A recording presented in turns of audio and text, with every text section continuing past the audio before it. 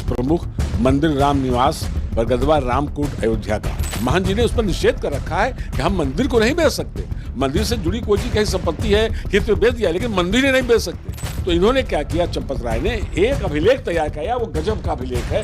5 करोड़ 80 लाख का एक अभिलेख तैयार किया और 5 करोड़ 80 लाख में 60 लाख रुपया तुरंत इन लोगों को दे दिया। मंदिर की संपत्ति, मूर्ति, सिंहासन और क्या कहते हैं पलंग और हम सोने चांदी के कटोरे जो भगवान की सेवा में रहते थे, ये सब भी उठा लिया।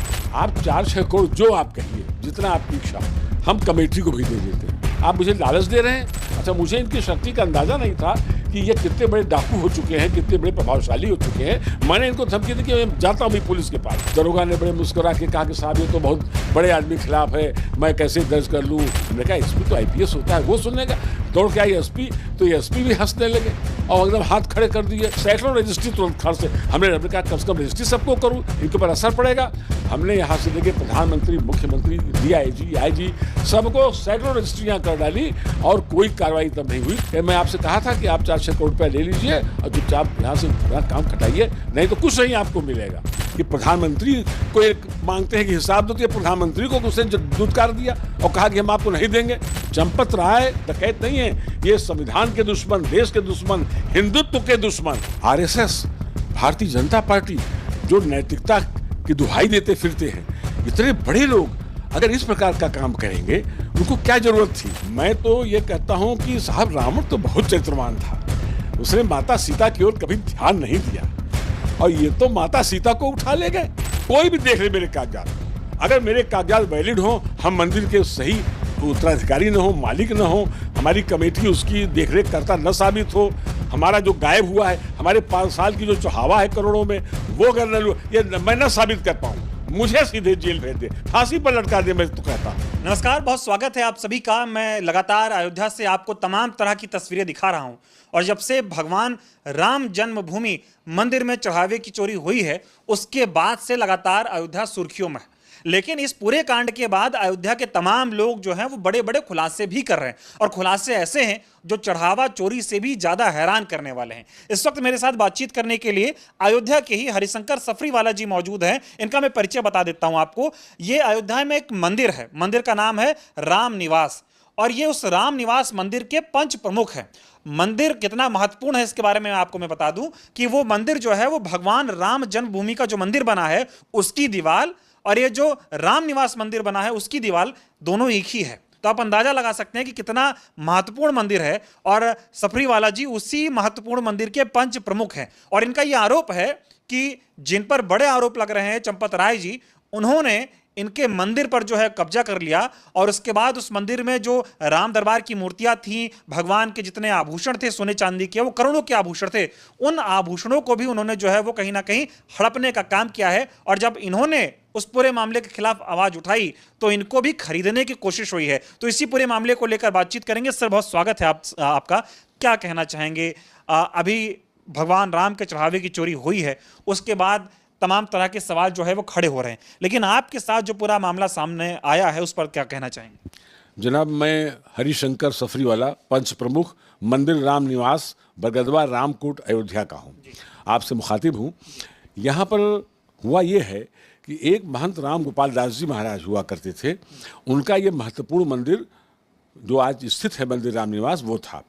ये एक वृद्ध हो गए थे, तो इन्होंने क्या किया कि एक बना दिया पंच कमेटी अपने व्यक्तिगत संपत्ति, और चूंकि बहुत ज़्यादा मंदिर में संपत्ति भी है, तो इन्होंने कहा कि एक हम कमेटी बना देते हैं और आपको हम बाकायदे लिखा पढ़ी में विल किया उन्होंने, रजिस्टर्ड, और 5 आदमियों को उसमें डाल करके उन्होंने कहा कि अब ये कमेटी हमारी न रहने के बाद वो इसको चलाएगी।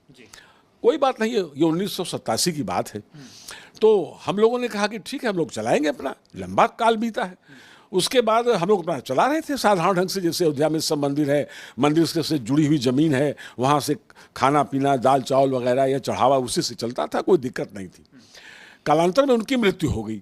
जब मृत्यु हुई तो हम लोग थोड़ा सा परेशानी में हुए कि अब इसको एक नया प्रबंधन होना चाहिए।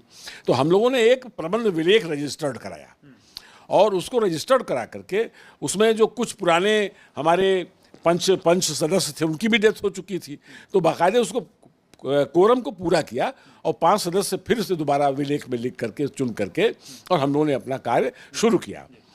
सन 2001-2 में लगभग ये जब राम जन्मभूमि का मसला काफ़ी आगे आ गया तो उसी समय हम लोगों ने एक काम किया कि चूंकि मैं ब्राह्मण हूँ नहीं, मुझे दान लेने का अख्तियार नहीं है। मैं प्रबंध कर सकता हूँ, सब कुछ कर सकता हूँ, लेकिन मैं दान नहीं ले सकता। हम लोग एक नियम से बंधे हुए हैं और अयोध्या में मंदिर की ये स्थिति है कि रंग महल, वहाँ रंगोली खेलते थे, दशरथ महल वो दशरथ जी का, सीता भवन माने जानकी जी रहती थी, जन्मभूमि माने राम जी का जन्म हुआ। तो वैसे हमारा जो राम जानकी मंदिर है ये युवावस्था में राम सीता जी ऐसी पौराणिक मानता है कि वहाँ पर निवास करते थे, इसलिए उसका महत्व है। तो इन्होंने क्या किया कि जब देखा कि ये मंदिर बहुत महत्वपूर्ण है तो हमारे जो वो पुजारी कम महंत जिसको मैंने नियुक्त किया था सेवा के लिए, जिसको कोई अधिकार नहीं था कि वो मंदिर की संपत्ति को बेचे, वो सिर्फ पूजा करने के लिए रखा गया था। अधिकार का जहाँ तक सवाल है हमको भी सीधे बेचने का नहीं है। महंत जी ने उस पर निषेध कर रखा है कि हम मंदिर को नहीं बेच सकते। मंदिर से जुड़ी कोई चीज़ कहीं संपत्ति है हित में बेच दिया, लेकिन मंदिर ही नहीं बेच सकते और मंदिर बिकता भी नहीं। तो इन्होंने क्या किया, चंपत राय ने एक अभिलेख तैयार किया, वो गजब का अभिलेख है, उसको कहते हैं बयानानामा बिला कब्जा। ये गजब का भारत के इतिहास में ये डॉक्यूमेंट है। ऐसा डॉक्यूमेंट ये देखिए, ये है बयानानामा बिला कब्जा। ये खुद लिख रहे हैं कि मेरा कब्जा नहीं है लेकिन मैं बयाना दे रहा हूं। तो आप बयाना किस बात का दे रहे हैं, जब आप प्रॉपर्टी बिक नहीं रही है। और ये जो हमारे जो बीरेंद्र दास जो महंत था, इसके चचेरे भाई, इन सब लोगों को कि भाई 2-4 आदमी होना चाहिए, तो सबको मिला के इन्होंने 5 करोड़ 80 लाख का एक विलेख तैयार किया और 5 करोड़ 80 लाख में 60 लाख रुपया तुरंत इन लोगों को दे दिया और कहा कि ये सब किराएदार वगैरह हट जाए तो उसके बाद जब तुम बयानामा करोगे तो हम और रकम दे देंगे। 60 लाख रुपया दे दिया। उसके बाद हमारे जो किराएदार थे, किसी को 50 लाख, किसी को 10 लाख, किसी को 5, जैसा जिसने में जो भगा उसको पैसा दे के वहाँ से खाली करा लिया। अब इतने ही नहीं, उसके बाद उन्होंने जब हमारे मंदिर की संपत्ति, मूर्ति, सिंहासन और क्या कहते हैं पलंग और हम सोने चांदी के कटोरे जो भगवान की सेवा में रहते थे, ये सब भी उठा लिया। हम बाहर थे जब टोटल हमको खबर लगी कि इन्होंने इतनी जल्दी सब कर लिया, तो मैं भागा आया। मैंने चंपत राय से कहा कि भाई ये क्या कर रहे हो, ये तो हटाओ पहले, ये सब पहले तुमने अपने आदमी कैसे बैठा दिए।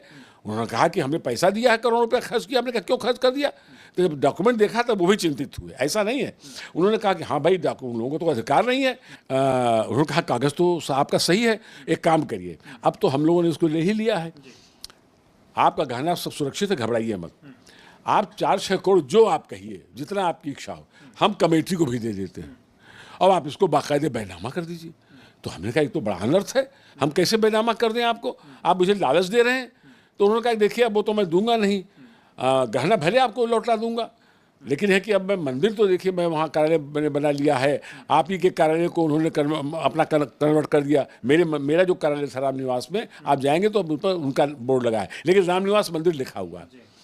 तो हमने कहा मैं किसी कीमत पर नहीं दूंगा, क्योंकि जिस व्यक्ति ने ये कमेटी बनाई उसकी धारणा थी कि हम उसके नाम को आगे चलाएंगे, वो उसकी पूरी संपत्ति है, तो हम नहीं दे सकते, आप गलत। अच्छा, मुझे इनकी शक्ति का अंदाजा नहीं था कि ये कितने बड़े डाकू हो चुके हैं, कितने बड़े प्रभावशाली हो चुके हैं। मैंने इनको धमकी दी कि मैं जाता हूँ भी पुलिस के पास और सारा मेरा सब गहना निकलवाता हूँ और आप अपने गुंडों को हटाइए वहाँ से जिनको आपने वहाँ पर कब्जा दे रखा है।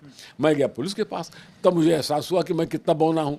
दरोगा ने बड़े मुस्कुरा के कहा कि साहब ये तो बहुत बड़े आदमी के खिलाफ है, मैं कैसे दर्ज कर लूँ, इसको रख जाइए, लेकिन इस पर कुछ होगा नहीं, आप एसपी से मिल लीजिए। मैंने कहा कोई बात नहीं। हमने कहा एसपी तो आईपीएस होता है, वो सुनेगा। दौड़ के आई एसपी, तो एसपी भी हंसने लगे और एकदम हाथ खड़े कर दिए। तो मैं कमिश्नर, मैंने सारे अधिकारियों से मिला तो मैंने देखा कि ये सब जैसे कोई कृत दास हो, बिके हुए लोग हों, सुनने को तैयार नहीं। फिर मैंने सैकड़ों रजिस्ट्री तुरंत खर्च से हमने कहा कम से कम रजिस्ट्री सबको करूं, इनके ऊपर असर पड़ेगा। हमने यहाँ से लेके प्रधानमंत्री, मुख्यमंत्री, डीआईजी, आईजी सबको सैकड़ों रजिस्ट्रियाँ कर डाली और कोई कार्रवाई तब नहीं हुई। तो मैं फिर इनके पास गया, हमने कहा देखिए कहिए आ गए आप। हमने कहा हाँ आ गया मैं आपसे कहा था कि आप 4-6 करोड़ रुपया ले लीजिए और चुपचाप यहाँ से काम खटाइए, नहीं तो कुछ नहीं आपको मिलेगा। अब आप 80 साल के आदमी हैं, लड़ जाएंगे भूखों मरते मरते। हमने कहा छोड़िए, इधर 5 साल जब से आपके कब्जे में है तब से लाखों रुपया तो उस पर दान चढ़ा है। मेरे मंदिर पर भी तो दान चढ़ा है, वहाँ दान पत्र, और मेरा मंदिर तो राम जन्मभूमि के गेट पर है, तो सबसे पहले तो आदमी वहीं आके दान चढ़ाता है। और मुझे पता चल चुका था कि वो भी बहुत बड़ी धनराशि है, तो मैंने कहा कि वो रुपया कहाँ गया? क्या राम जन्मभूमि तीर्थ क्षेत्र में आपने जमा किया, या आपने कुछ सोचा हो मेरा भी अकाउंट है, पता लगा कि रामनिवास के अकाउंट में जमा कर दिया, क्या किया?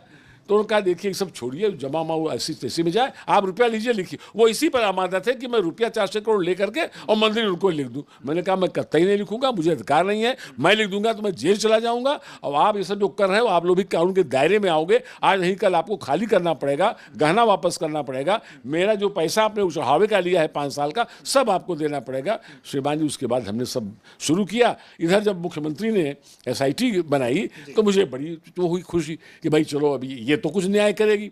उसका हाल ये है कि